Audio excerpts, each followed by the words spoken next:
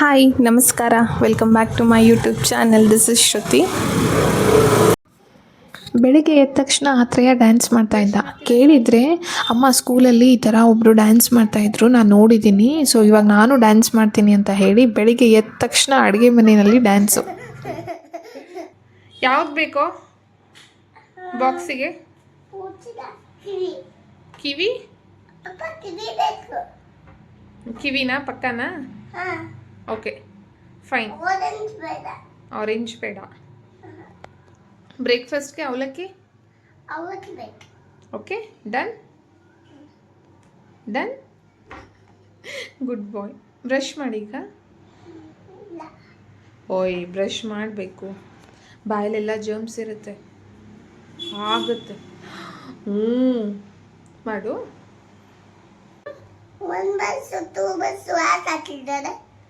ಎಲ್ಲಿದೆ? ಒಂದೇ ಬ್ರಷ್ ಎಲ್ಲ ಇರೋದು. ಇನ್ನೊಂದಿದೆ, ಇನ್ನೊಂದು ಬಸ್ ಮಾಡೋದಿದೆ, ಇನ್ನೊಂದು ಬಸ್ ಮಾಡೋದಿದೆ, ಇನ್ನೊಂದು ಬಸ್ ಮಾಡೋದಿದೆ. ಆ ಕಲರ್ ಅಷ್ಟೇ ಚೇಂಜ್ ಆಗಿರೋದು ಅಷ್ಟೇ. ಕಲರ್ ಯಾಕೆ ಚೇಂಜ್? ಅವ್ರು ಹಾಗೆ ಡಿಸೈನ್ ಮಾಡಿದ್ದಾರೆ. ಡಿಸೈನ್ ಏನು ನಂದೊಂದು ಅರ್ಥ ಆಗ್ತಿರಲ್ಲ. ನಿನ್ಗೆ ಅರ್ಥ ಆಗ್ತಿಲ್ಲ? ನಿನ್ನೆ ಯಾರು ಬಂದಿದ್ರು ನಿನ್ನ ಮೀಟ್ ಆಗಕ್ಕೆ?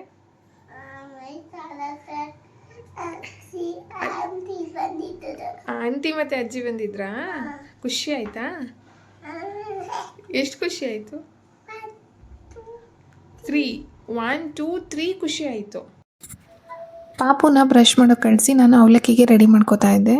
ಅಷ್ಟರಲ್ಲಿ ನೆನಪಾಯಿತು ಎಣ್ಣೆನೇ ಇಲ್ಲ ಅಂತ. ನನ್ನ ಹಸ್ಬೆಂಡ್ ಅಷ್ಟರಲ್ಲಿ ಬಂದು ಹೆಲ್ಪ್ ಮಾಡ್ತೀನಿ ಅಂತ ಆಯಿಲ್ನ ರೀಫಿಲ್ ಮಾಡಿ ಕೊಟ್ಟ. ಇದು ನನ್ನ ಸ್ಟೈಲ್ ಆಫ್ ಮೇಕಿಂಗ್ ಅವಲಕ್ಕಿ. ಹೆಂಗೆ ಮಾಡೋದು ಅಂತ ಹೇಳ್ಕೊಡ್ತೀನಿ ಬನ್ನಿ. ಫಸ್ಟ್ ಒಂದು ಪಾತ್ರೆಯಲ್ಲಿ ಎಣ್ಣೆ ಹಾಕೋಬೇಕು. ಎಣ್ಣೆ ಕಾದ ನಂತರ ಶೇಂಗಾ, ಉದ್ದಿನಬೇಳೆ ಮತ್ತು ಕಡಲೆಬೇಳೆನ ಹಾಕ್ಕೊಂಡು ಹುರ್ಕೋಬೇಕು. ಸ್ಲೋ ಫ್ಲೇಮಲ್ಲಿ ಹುರ್ಕೊಳ್ಳಿ. ಅದೊಂಚೂರು ಬ್ರೌನಿಷ್ ಕಲರ್ ಆಗುತ್ತೆ.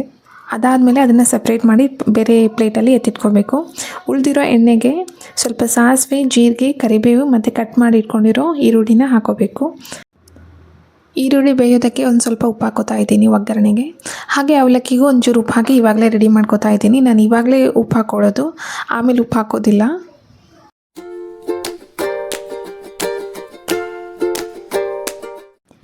ಈರುಳ್ಳಿ ಸ್ವಲ್ಪ ಹೊತ್ತು ಬೆಂದಾದಮೇಲೆ ಒಂಚೂರು ಅರಿಶಿನ ಹಾಕಬೇಕು, ಚೆನ್ನಾಗಿ ಕೈ ಆಡಿಸ್ಬೇಕು. ಅದಾದಮೇಲೆ ನೆನೆಸಿಟ್ಟಿರೋ ಅವಲಕ್ಕಿನ ಈ ಒಗ್ಗರಣೆಗೆ ಹಾಕಿ ಕಲಿಸ್ಕೋಬೇಕು.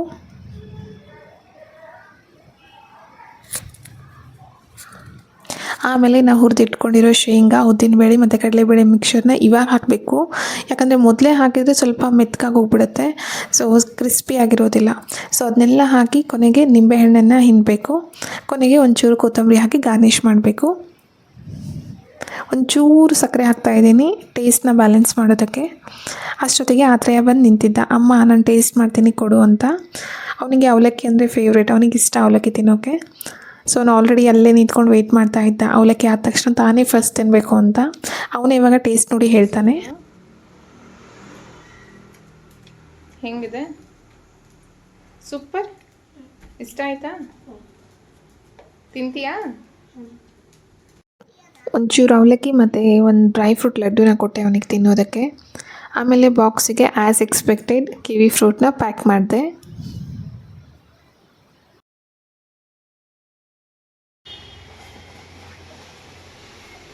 ಇಲ್ವಾ ಐ ಡಿ ಕಾರ್ಡ್ ಬಂಗಾರಿ?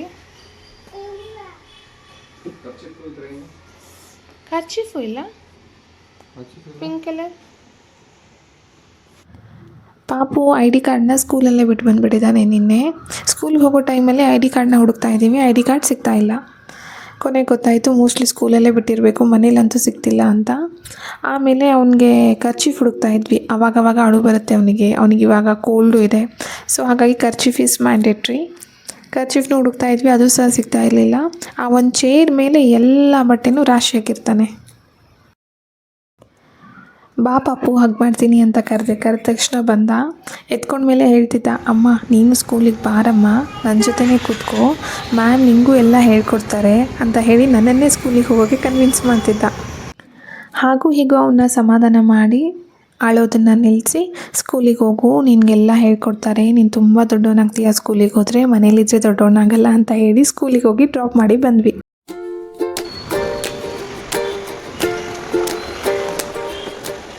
ನಾವು ರಿಟರ್ನ್ ಮನೆಗೆ ಬಂದು ಅವಲಕ್ಕಿ ಮತ್ತು ರಾಗಿ ಅಂಬಲಿನ ಕೊಡ್ತೀವಿ. ರಾಗಿ ಅಂಬಲಿ ಹೆಲ್ದಿ ಡ್ರಿಂಕ್ ಅಂತ ನನ್ನ ಹಸ್ಬೆಂಡ್ ಮಾಡ್ತಾನೆ.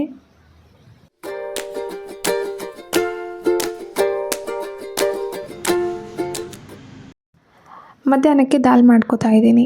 ಈ ರೆಸಿಪಿನ ನನ್ನ ಹಸ್ಬೆಂಡೇ ನಂಗೆ ಕಲಿಸ್ಕೊಟ್ಟಿರೋದು. ಇದೊಂಥರ ಸ್ಪೆಷಲ್ ರೆಸಿಪಿ ನನಗೆ. ತೊಗರಿಬೇಳೆನ 2-3 ಸಾರಿ ಕ್ಲೀನಾಗಿ ನೀರಲ್ಲಿ ವಾಶ್ ಮಾಡಿಟ್ಕೊಳ್ಳಿ. ಅದಕ್ಕೆ ಒಂದು ಈರುಳ್ಳಿ, ಒಂದು ಟೊಮ್ಯಾಟೊ ಮತ್ತು ಒಂದು ಮೆಣಸಿನ್ಕಾಯಿನ ಕಟ್ ಮಾಡಿ ಅದಕ್ಕೆ ಮಿಕ್ಸ್ ಮಾಡ್ಕೊಂಬಿಡಿ. ಸೊ ಎಲ್ಲನೂ ಕುಕ್ಕರಲ್ಲಿ ಒಂದೇ ಸಾರಿ ಕೂಗಿಸ್ಕೋಬೇಕು. 1 ಸ್ಪೂನ್ ಸಾಲ್ಟ್ ಹಾಕಿ, ಆಮೇಲೆ ಒಂಚೂರು ಅರಿಶಿನ ಹಾಕಿ, ಖಾರಕ್ಕೆ ಆಲ್ರೆಡಿ 1 ಹಸಿಮೆಣಸಿನ್ಕಾಯಿ ಹಾಕಿದ್ದೀವಿ. ಸೊ ನಿಮ್ಮ ಸ್ಪೈಸ್ ಟಾಲರೆನ್ಸ್ ನೋಡಿಕೊಂಡು ಖಾರದ ಪುಡಿನ ಅಡ್ಜಸ್ಟ್ ಮಾಡ್ಕೊಳ್ಳಿ. ನನ್ನ ಪಾಪಗೂ ತಿನ್ನಿಸೋದ್ರಿಂದ ಖಾರ ಸ್ವಲ್ಪ ಕಡಿಮೆನೇ ಯೂಸ್ ಮಾಡೋದು, ಅಷ್ಟಾಗಿ ಖಾರ ತಿನ್ನೋದಿಲ್ಲ ನಾವು. ಇದನ್ನೆಲ್ಲ ಚೆನ್ನಾಗಿ ಬೇಯೋದಕ್ಕೆ ಒಂದು 4-5 ಡ್ರಾಪು ಎಣ್ಣೆ ಹಾಕಿ ಚೆನ್ನಾಗಿ ಮಿಕ್ಸ್ ಮಾಡಿಕೊಂಡು ಆಮೇಲೆ ಕುಕ್ಕರಲ್ಲಿ ವಿಸಿಲ್ ಹೊಡ್ಸ್ಕೊಳ್ಳಿ. ಒಂದು 4-5 ವಿಸಿಲ್ ಅಂತೂ ಹೊಡ್ಸ್ಕೊಳ್ಳೇಬೇಕು. ಸೊ ಇದಿಷ್ಟು ಆಗಸ್ಟಲ್ಲಿ ನಾನು ಮೊಸರನ್ನಕ್ಕೆ ರೆಡಿ ಮಾಡ್ಕೋತಾ ಇದ್ದೀನಿ. ರಾತ್ರಿ ಉಳಿದಿರೋ ಅನ್ನನ ಏನು ಮಾಡಬೇಕು ಅಂತ ಗೊತ್ತಾಗಲಾರ್ದಾಗ ಈ ಥರ ಮಾಡಿ. ಅನ್ನನ ರಾತ್ರಿಯೇ ಒಂಚೂರು ನೀರಲ್ಲಿ ನೆನೆಸಿಟ್ಬಿಡಿ. ಅದು ಬೆಳಗ್ಗೆ ಅನ್ನೋಷ್ಟರಲ್ಲಿ ಒಂಥರ ಗಂಜಿ ಆಗಿರುತ್ತೆ. ಅದನ್ನು ಚೆನ್ನಾಗಿ ಮ್ಯಾಶ್ ಮಾಡಿ ಅದಕ್ಕೆ ಒಂಚೂರು ಈರುಳ್ಳಿ, ಒಂಚೂರು ಮೆಣಸಿನ್ಕಾಯಿನ ಹಾಕಿ, ರುಚಿಗೆ ತಕ್ಕಷ್ಟು ಉಪ್ಪು ಹಾಕಿ, ಆಮೇಲೆ ಮೊಸರು ಹಾಕಿ ಕಲಿಸ್ಬಿಡಿ. ಸೊ ಇವಾಗ ಮೊಸರನ್ನ ರೆಡಿ ಆಗೋಯ್ತು. ಇದೊಂಥರ ನಮ್ಮ ಮನೇಲಿ ಪರ್ಮನೆಂಟ್ ಫುಡ್. ನಾನು ಇದನ್ನು ಮುಂಚೆನೂ ಹೇಳಿದ್ದೀನಿ, ಇದು ನಮ್ಮ ಮನೇಲಿ ದಿನ ಇರುತ್ತೆ.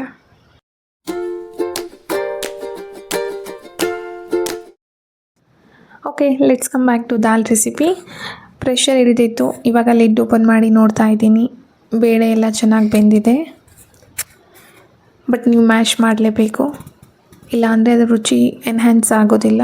ನೀಟಾಗಿ ಮ್ಯಾಶ್ ಮಾಡಿ, 1-2 ನಿಮಿಷ ಮ್ಯಾಶ್ ಮಾಡಿ, ಚೆನ್ನಾಗಿ ಬರುತ್ತೆ. ಇದಕ್ಕೆ ಒಂದು ಸಿಂಪಲ್ ಒಗ್ಗರಣೆಗೆ ಏನು ಬೇಡ, ಜಸ್ಟ್ ಒಂದು ಬೆಳ್ಳುಳ್ಳಿ ಇದ್ದರೆ ಸಾಕು.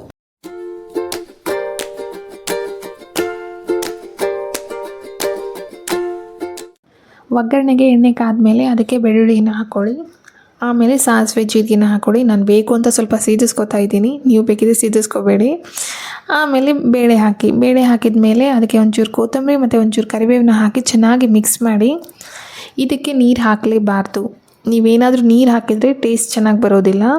ಗಟ್ಟಿಯಾಗಿದ್ರೇ ಇದ್ರ ಟೇಸ್ಟ್ ಚೆನ್ನಾಗಿರುತ್ತೆ. ಸೊ ಹಾಗಾಗಿ ನೀರು ಹಾಕ್ಕೊಳ್ಬೇಡಿ. ಬೇಳೆ ಬೇಯೋದಕ್ಕೆ ಎಷ್ಟು ನೀರು ಹಾಕಿರ್ತೀರ ಅಷ್ಟರಲ್ಲೇ ಈ ದಾಲ್ ರೆಸಿಪಿ ಆಗಬೇಕು. ಟ್ರೈ ಮಾಡಿ ನೋಡಿ. ನೆಕ್ಸ್ಟ್ ನಾನು ಪಾಲಕ್ ಪನ್ನೀರ್ ಮಾಡ್ತಾಯಿದ್ದೀನಿ. ಪಾಲಕ್ನ ನೀಟಾಗಿ ತೊಳೆದು 10 ನಿಮಿಷ ಬಿಸಿನೀರಲ್ಲಿ ಬೇಯಿಸ್ಕೊಂಡಿಟ್ಕೊಂಡಿದ್ದೀನಿ. ಬೇಸಿಕ್ ಸ್ಪೈಸಸ್ನ ತೊಗೊಂಡಿದ್ದೀನಿ. ಒಂದು ಆನಿಯನ್ ಮತ್ತು ಒಂದು ಟೊಮ್ಯಾಟೋನ ಕಟ್ ಮಾಡಿ ಇಟ್ಕೊಂಡಿದ್ದೀನಿ. ನಾನಿಲ್ಲಿ 200 ಗ್ರಾಮ್ಸ್ ಪನ್ನೀರ್ ತೊಗೊಂಡಿದ್ದೀನಿ. ಅಷ್ಟು ಸಾಕಾಗುತ್ತೆ ನಮಗೆ.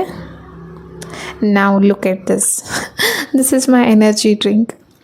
ಇನ್ ಬಿಟ್ವೀನ್ ಅಡುಗೆ ಮಾಡ್ತಾ ಈ ಥರ ಏನಾದರೂ ಇಟ್ಕೊಂಡಿರ್ತೀನಿ ಕುಡಿಯೋದಕ್ಕೆ. ಅಡುಗೆ ಮನೆ ಕೆಲಸ ಮಾಡ್ತಾ ನಾವು ಕೆಲವೊಂದು ಸರಿ ನೀರೇ ಕುಡಿಯೋದಿಲ್ಲ. ಹಾಗಾಗಿ ಈ ಥರ ಒಂದು ಗ್ಲಾಸ್ ಆಫ್ ವಾಟರ್ ಇಲ್ಲ ಚಿಯಾ ಸೀಡ್ಸ್ ವಾಟರ್ನ ಇಟ್ಕೊಳ್ಳಿ. ಆವಾಗವಾಗ ಕುಡಿತಾ ಇರಿ ಅಡುಗೆ ಮಾಡ್ತಾ, so that your body stays hydrated. Fine, let's come back to palak paneer recipe. Palak paneer ರೆಸಿಪಿನ ತುಂಬ ವೆರೈಟಿನಲ್ಲಿ ಮಾಡ್ಬೋದು. The one which I am currently showing is the basic version. ಅದಕ್ಕೆ ಒಂಚೂರು ಎಣ್ಣೆ ಹಾಕಿ, 1 ಸ್ಪೂನ್ ತುಪ್ಪ ಹಾಕಿ, ತುಪ್ಪ ಕರಗೋವರೆಗೂ ವೆಯ್ಟ್ ಮಾಡಿ. ತುಪ್ಪ ಕರಗಿದ ಮೇಲೆ ಅದಕ್ಕೆ ಬೇಸಿಕ್ ಸ್ಪೈಸಸ್ ಇಟ್ಕೊಂಡಿರ್ತೀರಲ್ಲ ಅದನ್ನೆಲ್ಲನೂ ಆ್ಯಡ್ ಮಾಡಿ ಒಂದು ಸ್ವಲ್ಪ ಹೊತ್ತು ಹುರಿಬೇಕು. Please make sure the flame is low. Basic ಸ್ಪೈಸಸ್ನ 1-2-3 ನಿಮಿಷ ಈ ತುಪ್ಪದಲ್ಲಿ ಹುರ್ಕೋಬೇಕಾಗತ್ತೆ. ಫ್ಲೇಮ್ ಏನಾದರೂ ಜಾಸ್ತಿ ಇಟ್ಟಿದ್ರೆ ಸೀದೋಗ್ಬಿಡುತ್ತೆ. ಇದಾದಮೇಲೆ ನೀವು ಆನಿಯನ್ ಕಟ್ ಮಾಡಿ ಇಟ್ಕೊಂಡಿರ್ತೀರಲ್ಲ ಅದನ್ನು ಫಸ್ಟ್ ಹಾಕಬೇಕು. ಅದನ್ನು ಸ್ವಲ್ಪ ಹಸಿ ವಾಸನೆ ಹೋಗೋವರೆಗೂ ಬೇಯಿಸ್ಕೋಬೇಕು. ಅದಾದಮೇಲೆ ನೀವು ಈ ಸ್ಟೇಜಲ್ಲಿ ಟೊಮೆಟೊನ ಹಾಕಬೇಕು. ಟೊಮೆಟೊನ ಹಾಕಿ ನೀಟಾಗಿ ಕೈ ಆಡಿಸಿ.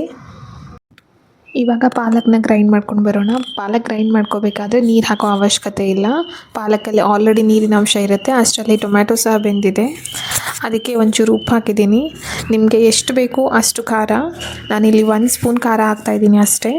ಅದಾದಮೇಲೆ ಒಂದು ಸ್ವಲ್ಪ ಕೊರಿಯಂಡರ್ ಪೌಡರ್, ಒಂಚೂರು ಗರಂ ಮಸಾಲ ಹಾಕ್ತಾಯಿದ್ದೀನಿ. ತುಂಬ ಗರಂ ಮಸಾಲ, ತುಂಬ ಕೊರಿಯಂಡರ್ ಪೌಡರ್ ಹಾಕಬೇಡಿ. ಹಾಕಿದರೆ ಆ ಮಸಾಲ ಸ್ಮೆಲ್ಲೇ ಡಾಮಿನೆಂಟ್ ಆಗಿಬಿಡುತ್ತೆ.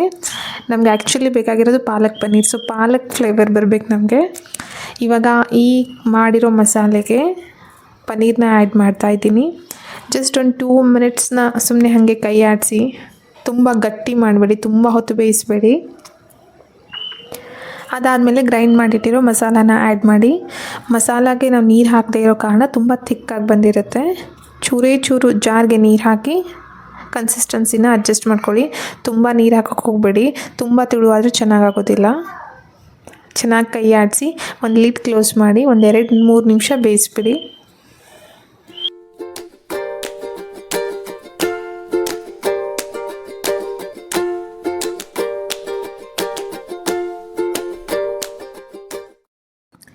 ಇವಾಗ ಒಂದು 2-3 ನಿಮಿಷ ಬೇಯಿಸಿದ ಮೇಲೆ 1 ಸ್ಪೂನ್ ಗೀನ ಆ್ಯಡ್ ಮಾಡ್ತಾಯಿದ್ದೀನಿ. ನಿಮಗೆ ಬೇಕು ಅಂದರೆ ಈ ಸ್ಟೇಜಲ್ಲಿ ಕಸೂರಿ ಮೇಥಿನ ಒಂದು ಚೂರೇ ಚೂರು ಹಾಕ್ಬೋದು, ಟೇಸ್ಟ್ ಎನ್ಹ್ಯಾನ್ಸ್ ಆಗುತ್ತೆ. ಸೊ ನಾನು ಹಾಕ್ತಾಯಿಲ್ಲ, ನಾನು ಜಸ್ಟ್ 1 ಸ್ಪೂನ್ ಗೀ ಹಾಕ್ತಾಯಿದ್ದೀನಿ. ನೀಟಾಗಿ ಇನ್ನೊಂದು ಸಾರಿ ಕೈ ಆಡಿಸ್ಬಿಟ್ರೆ ಆಯಿತು, ಪಾಲಕ್ ಪನ್ನೀರ್ ರೆಡಿ ಆಯಿತು. ಇನ್ನೂ ನೀವು ಈ ಚಾನಲ್ಗೆ ಸಬ್ಸ್ಕ್ರೈಬ್ ಮಾಡ್ಕೊಂಡಿಲ್ಲ ಅಂತಂದರೆ ಪ್ಲೀಸ್ ಸಬ್ಸ್ಕ್ರೈಬ್ ಮಾಡ್ಕೊಳ್ಳಿ.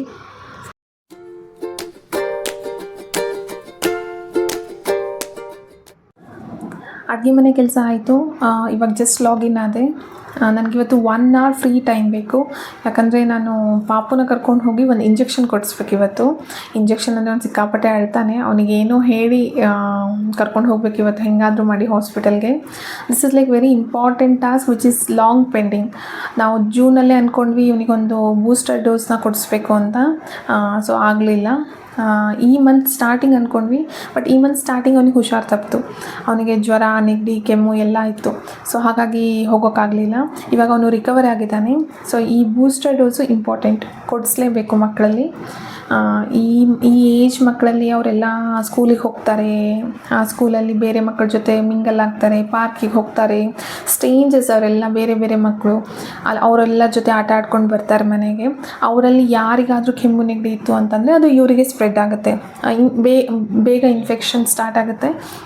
ಯಾಕಂದರೆ ಬೇಸಿಕಲಿ ಅವರಿಗೆ ಇಮ್ಯುನಿಟಿ ಪವರ್ ಕಡಿಮೆ ಇರುತ್ತೆ. ನಾನು ಹಾಗಾಗಿ ಕ್ಯಾಲೆಂಡರ್ನ ಚೆಕ್ ಮಾಡ್ತಾ ಇದ್ದೆ, ಇವತ್ತು ನನ್ನ ಕ್ಯಾಲೆಂಡರ್ ಅವೈಲೇಬಿಲಿಟಿ ಹೆಂಗಿದೆ ಅಂತ. ಅಟ್ಲೀಸ್ಟ್ 1 ಅವರ್ ನಂಗೆ ಏನೇ ಆದರೂ ಅವೈಲೇಬಿಲಿಟಿ ಇತ್ತು ಅಂತಂದರೆ ನಾನು ಅಪಾಯಿಂಟ್ಮೆಂಟ್ನ ಬುಕ್ ಮಾಡ್ತೀನಿ. ಅಟ್ ಎನಿ ಕಾಸ್ಟ್ ನಾನು ಇವತ್ತು ಹೋಗಲೇಬೇಕು, ಅವನಿಗೆ ಒಂದು ಇಂಜೆಕ್ಷನ್ ಕೊಡಿಸ್ಲೇಬೇಕು. ಈ booster dose is very important. ಎಷ್ಟೊಂದು ಸಾರಿ ವೀಕೆಂಡಲ್ಲಿ ಹೋಗಿ ಕೊಡಿಸೋಣ ಅಂತ, ಬಟ್ ಈ ವೀಕೆಂಡಲ್ಲಿ ನಮಗೆ ಬೇಕಾದ ಪೀಡಿಯಾಟ್ರಿಷಿಯನ್ ಸಿಗೋದಿಲ್ಲ. ಅವ್ರು ಸಿಗೋದೇ ವೀಕ್ ಡೇಸ್ನಲ್ಲಿ. ವೀಕೆಂಡ್ಸಲ್ಲಿ ಅವರು ಆಫ್ ತೊಗೊಂಡಿರ್ತಾರೆ, ಅವ್ರು ಕೆಲಸ ಮಾಡೋದಿಲ್ಲ. ಹಾಗಾಗಿ ಇವತ್ತು 1 ಅವರ್ ಹೆಂಗಾದರೂ ಟೈಮ್ ಮಾಡಿಕೊಂಡು ಅವನಿಗೆ ಒಂದು ಇಂಜೆಕ್ಷನ್ ಕೊಡಿಸ್ಕೊಂಬರ್ಬೇಕು. That's like a major activity which is long pending. I have to complete that. Login ಆದ ನಂತರ ಒಂದು ಮೀಟಿಂಗ್ ಇತ್ತು. ಆ ಮೀಟಿಂಗ್ ಮುಗಿದ ನಂತರ ಇಮಿಡಿಯೇಟಾಗಿ ನಾನು ಲಂಚ್ ಬ್ರೇಕ್ ತೊಗೊಂಡೆ. ಲಂಚ್ ಬ್ರೇಕ್ ಆದಮೇಲೆ 1 ಅವರ್ ನನಗೆ ಕ್ಯಾಲೆಂಡರಲ್ಲಿ ಫ್ರೀ ಟೈಮ್ ಇತ್ತು. ಸರಿ, ನಾನು 2:30ಗೆ ಅಪಾಯಿಂಟ್ಮೆಂಟ್ ಬುಕ್ ಮಾಡಿಕೊಂಡು ಇವನಿಗೆ ವ್ಯಾಕ್ಸಿನೇಷನ್ ಕೊಡ್ಸ್ಕೊಂಡು ಬಂದುಬಿಡೋಣ ಬಿಫೋರ್ ಎನಿ ಕಾಲ್ ಗೆಟ್ ಸ್ಟಾರ್ಟೆಡ್ ಅಂತ ಹೇಳಿ ಇವನ್ನ ಕರ್ಕೊಂಡು ಇವಾಗ ಹಾಸ್ಪಿಟಲ್ಗೆ ಹೋಗ್ತಾ ಇದ್ದೀವಿ. ಪಾಪುಗೆ ಗೊತ್ತೇ ಇಲ್ಲ ಇಂಜೆಕ್ಷನ್ ಅಂತ. ಅವ್ನು ಫುಲ್ ಖುಷಿಯಿಂದ ಬರ್ತಾ ಇದ್ದಾನೆ. ಅವನಿಗೆ ಟಾನಿಕ್ ಮಾತ್ರ ಕೊಡ್ತಾರೆ, ಏನೂ ಇಲ್ಲ ಬಾ ಅಂತ ಹೇಳಿ ಏಮಾರಿಸಿ ಕರ್ಕೊಂಡು ಹೋಗ್ತಾ ಇದ್ದೀವಿ. ನಾ ಹೋಗಿರೋದು ಮದರ್ಹುಡ್ ಹಾಸ್ಪಿಟಲ್ಗೆ. ನನಗೆ ಡೆಲಿವರಿ ಆಗಿತ್ತು ಇದೇ ಹಾಸ್ಪಿಟಲಲ್ಲಿ. ಯಾವಾಗಲೇ ಈ ಹಾಸ್ಪಿಟಲ್ಗೆ ಹೋದರೂ ನನ್ನ ತಲೆಯಲ್ಲಿ ಒಂದು ಥಾಟ್ ಓಡುತ್ತೆ, ಮೊನ್ನೆ ತಾನೇ ನಾನು ಪ್ರೆಗ್ನೆಂಟ್ ಇದ್ದೆ, ಎಷ್ಟೊಂದೆಲ್ಲ ಕಾಂಪ್ಲಿಕೇಶನ್ಸ್ ಇತ್ತು, ನಂಗೆ ಆಲ್ರೆಡಿ ಮಗು ಆಗಿಬಿಟ್ಟಿದ್ದೇನಾ, ಅವನಿಷ್ಟು ದೊಡ್ಡವನಾಗಿದ್ದಾನ, ಇವಾಗ ಎದ್ದು ಓಡಾಡ್ತಿದ್ದಾನ, ನಿನ್ನೆ ತಾನೇ ನಾನು ಪ್ರೆಗ್ನೆಂಟ್ ಇದ್ದೆ ಅಂತಲೇ ಫೀಲ್ ಆಗುತ್ತೆ. ಪ್ರೆಗ್ನೆಂಟ್ ಇದ್ದಾಗ ತುಂಬ ರ್ಯಾಂಡಮ್ ಥಾಟ್ಸ್ ಇತ್ತು ತಲೆಯಲ್ಲಿ. ನಾನು ಮದರ್ಹುಡ್ನ ಮತ್ತು ಕರಿಯರ್ನ ಬ್ಯಾಲೆನ್ಸ್ ಮಾಡ್ತೀನ, ನನ್ನ ಫ್ಯೂಚರ್ ಹೆಂಗಿರುತ್ತೆ. I was so ಅನ್ಶ್ಯೂರ್.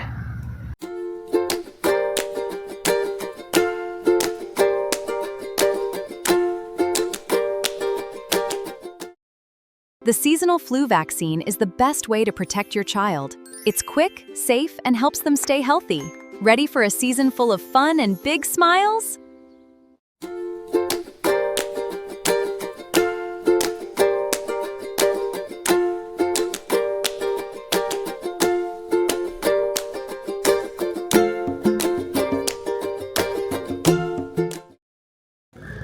ಪಾಪು ಅಲ್ಲಿ ಹೋದ ತಕ್ಷಣ ಆಟ ಆಡೋಕ್ಕೆ ಸ್ಟಾರ್ಟ್ ಮಾಡ್ದ. ಅಲ್ಲೊಂದು ಸ್ಮಾಲ್ ಪ್ಲೇ ಏರಿಯಾ ಇದೆ. ಮಕ್ಕಳು ಯಾರೇ ವ್ಯಾಕ್ಸಿನೇಷನ್ಗೂ ಮತ್ತು ಇನ್ನೇನೇ ಕನ್ಸಲ್ಟೇಷನ್ಗೂ ಬಂದರೂ ಈ ಪ್ಲೇ ಏರಿಯಾದಲ್ಲಿ ಆಟ ಆಡೋಕ್ಕೆ ಬಿಡ್ತಾರೆ. So he was very happy and he was playing there.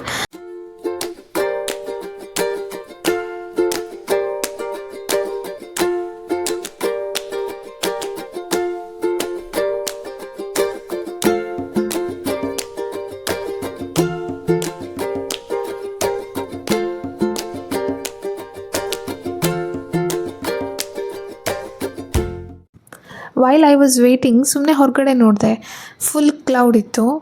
ಇನ್ನೇನು ಮಳೆ ಬಂದುಬಿಡುತ್ತೆ ಅನ್ನೋ ಥರ ಇತ್ತು. ನಾನು ಜಸ್ಟ್ ಪ್ರೇ ಮಾಡ್ತಾಯಿದ್ದೆ ವ್ಯಾಕ್ಸಿನೇಷನ್ ಕೊಡಿಸ್ಕೊಂಡು ಮನೆ ರೀಚ್ ಆಗೋವರೆಗೂ ಮಳೆ ಬರದೇ ಇರಲಿ ಅಂತ.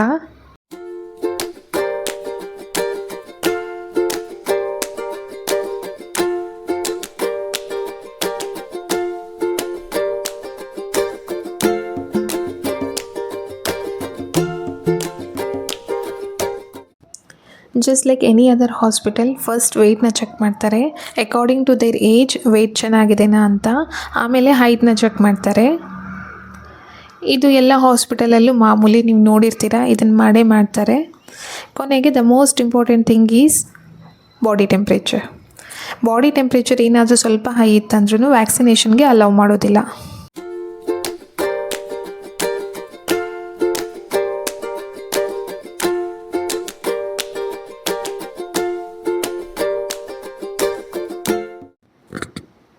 ನಾವು ವೆಯ್ಟ್ ಮಾಡ್ತಾ ಇರಬೇಕಾದ್ರೆ ಇನ್ನೊಂದು ಪಾಪು ಸಹ ವೆಯ್ಟ್ ಮಾಡ್ತಾ ಇತ್ತು ವ್ಯಾಕ್ಸಿನೇಷನ್ಗೆ.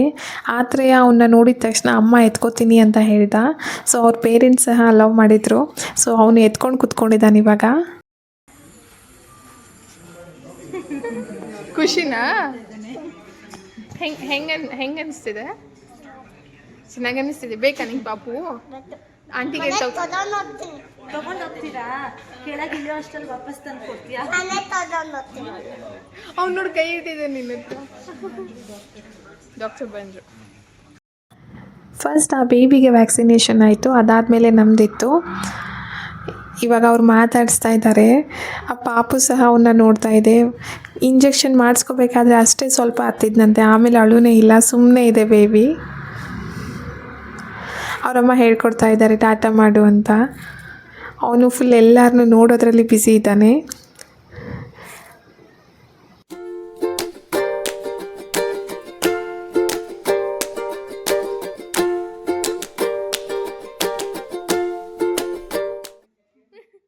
ಸಮಾಚಾರ ಅಲ್ಲ.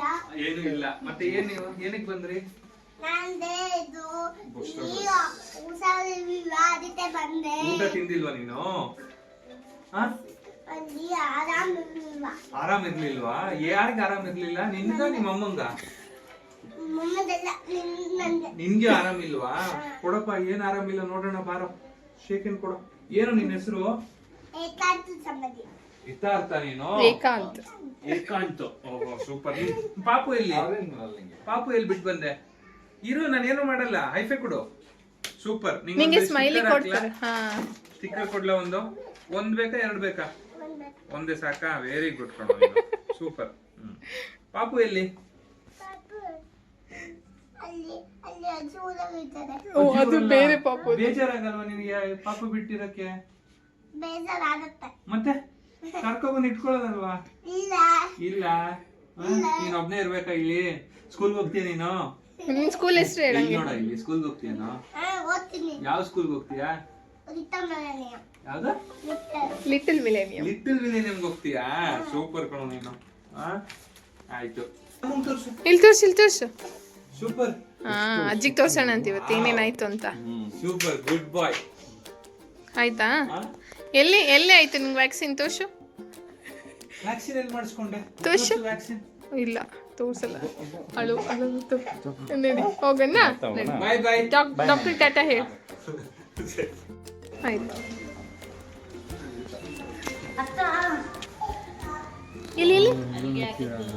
ಇಲ್ಲಿ ತೋರ್ಸು ನಂಗೆ. ಓ ಆಯ್ತು, ನಡಿ ಹೋಗೋಣ. ಕೈಗೆಲ್ಲ ತೋರಿಸು, ಎರಡು ಕೈ ತೋರಿಸು.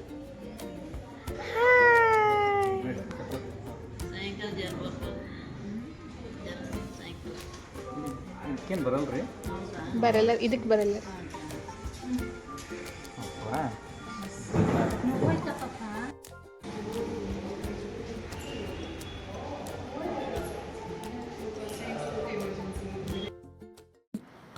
ವ್ಯಾಕ್ಸಿನೇಷನ್ ಆದಮೇಲೆ ಮನೆಗೆ ಬಂದು ಮಲ್ಕೊಂಡ್ಬಿಟ್ಟ. ಯಾಕಂದರೆ ನನಗೆ ಸಿಕ್ಕಾಪಟ್ಟೆ ಸುಸ್ತಾಗಿತ್ತು. ಹತ್ತು ಎದ್ಮೇಲೆ ಅಮ್ಮ ನಾನು ನಿನ್ನ ಹತ್ರ ಬರ್ತೀನಿ ಅಂತ ಹೇಳ್ತಿದ್ದ. ಇರಪ್ಪ ನಾನೇ ಬರ್ತೀನಿ ಅಂತ ಹೇಳಿದ್ರು ಕೇಳೋಕೆ ರೆಡಿ ಇಲ್ಲ. ನಾನು ನೀನು ಹೆಂಗೆ ಕೆಲಸ ಮಾಡ್ತೀಯಲ್ಲ, ನಾನು ಅದನ್ನು ಮಾಡಿ ತೋರಿಸ್ತೀನಿ ಇರು, ಬಂದೆ ಅಂತ ಹೇಳಿ ಬಂದು ಕೂತ್ಕೊಂಡು ನನ್ನನ್ನು ಇಮಿಟೇಟ್ ಮಾಡ್ತಿದ್ದಾನೆ ಇವನು. ಇನ್ನೊಂಚೂರು ಮಾಡ್ತೀಯಾ? ಏನು ಮಾಡ್ತೀಯ?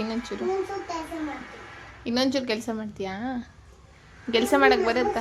ಬಂದಿದ್ದಾರೆ, ಹೌದು ಹೌದು ಇನ್ನೊಂದು ಬಸ್ ಬಂದಿದ್ದಾರೆ, ಹೌದು ಇನ್ನೊಂದು ಬಸ್ ಬಂದಿದ್ದಾರೆ. ಹೌದು ಹೌದು. ಇವಾಗ ಕೆಲಸ ಮಾಡ್ತೀನಿ.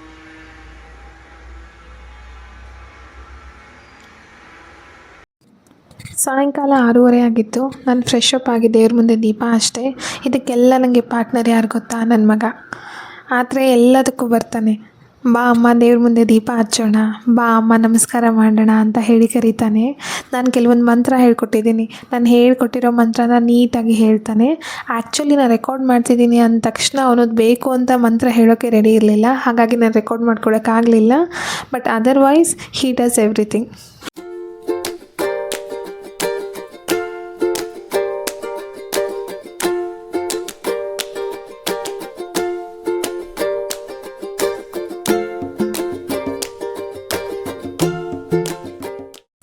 ನಾನು ಬ್ರೇಕ್ ತೊಗೊಂಡಾಗ ಅವ್ನು ಕರೆದ ತಕ್ಷಣ ಹೋಗಿ ಅವ್ನ ಪಕ್ಕ ಕೂತ್ಕೋತೀನಿ. ಆದಷ್ಟು ಅವ್ನು ನಂಗೆ ಹೇಳ್ತಿರ್ತಾನೆ ಸ್ಕೂಲಲ್ಲಿ ಏನಾಯಿತು ಅಂತ.